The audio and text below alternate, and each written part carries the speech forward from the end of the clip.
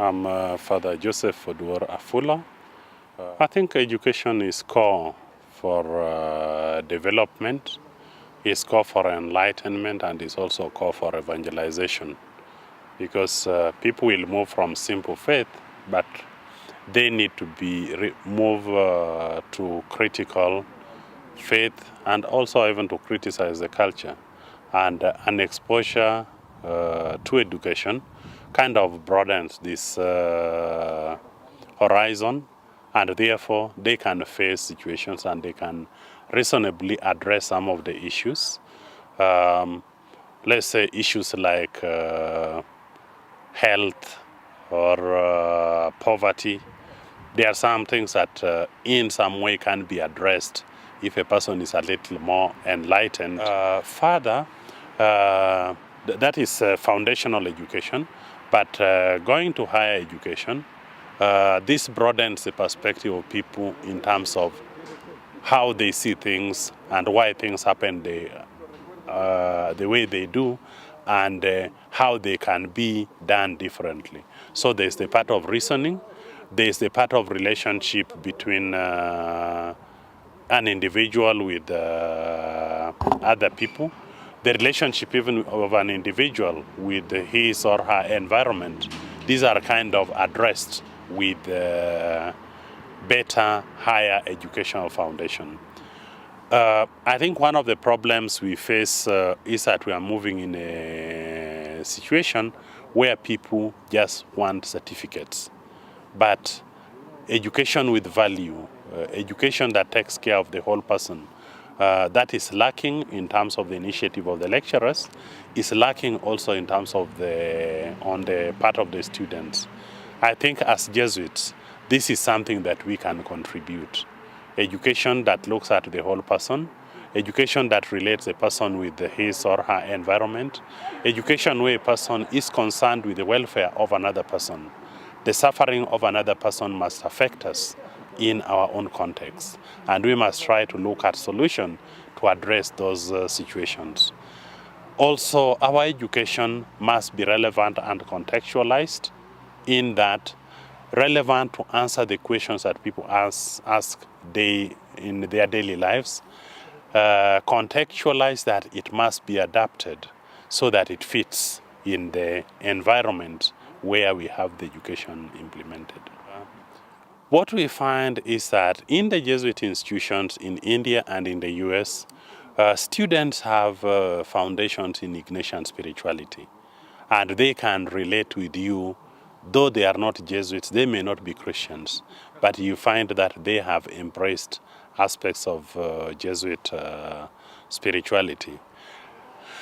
The Jesuit spirituality is not just about prayer, but it's about relationship with other people. They are concerned about the welfare of the other people. They are concerned about relationship. They are concerned about prejudices between the different classes, and they are constantly eager to address them. I'm happy that in Eastern Africa, we have Loyola High School in Dar es Salaam, where we have had some of our students get into the universities, especially in Tanzania. And the good news is that some of these students, because they do community work when they are community service when they are in their high school, when they go to the university, they try to bring this dimension. They draw some of the students from other schools so that they initiate community service even in the university, especially public university, something that is never thought of. They also look at things in a critical way so that they do not just want answers. They also raise questions, and they also give proposals, they give suggestions, which a number of lecturers that we have interacted with seem to appreciate. So this contribution has been felt in the US, it has been felt in Europe, it has been felt in India and Asian continent. I think it's something that Africa can benefit from. Our high schools are already doing it, but I think we can do it better with higher education opportunities. I think one of the things that we can address, not just about holistic education that deals with the student there, but also the quality of that education. what is the value of education?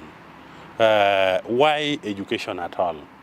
And if our students can grasp that, it will be very important. Our education must help us be creative. Our education must help us be innovative. Our education must help us use the resources, the local resources, to address day-to-day questions of our people. You take something like in medicine, the African societies have always been known to use plants and animals for curative, to cure diseases. Now, can this be more concentrated so that these traditional practices are tapped so that it's an industrial kind of, for industrial use? The way of belief. Africans are known to be notoriously religious.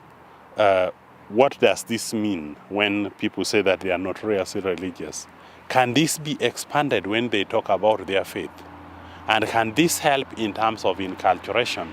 That is where the faith as Christians one side and culture one side, they come to interact so that the faith kind of fits the culture and the culture fits the faith. Something that is actually happening already in Ethiopia. There is tension, interreligious tension, which at times is expressed by simple faith, by simple people.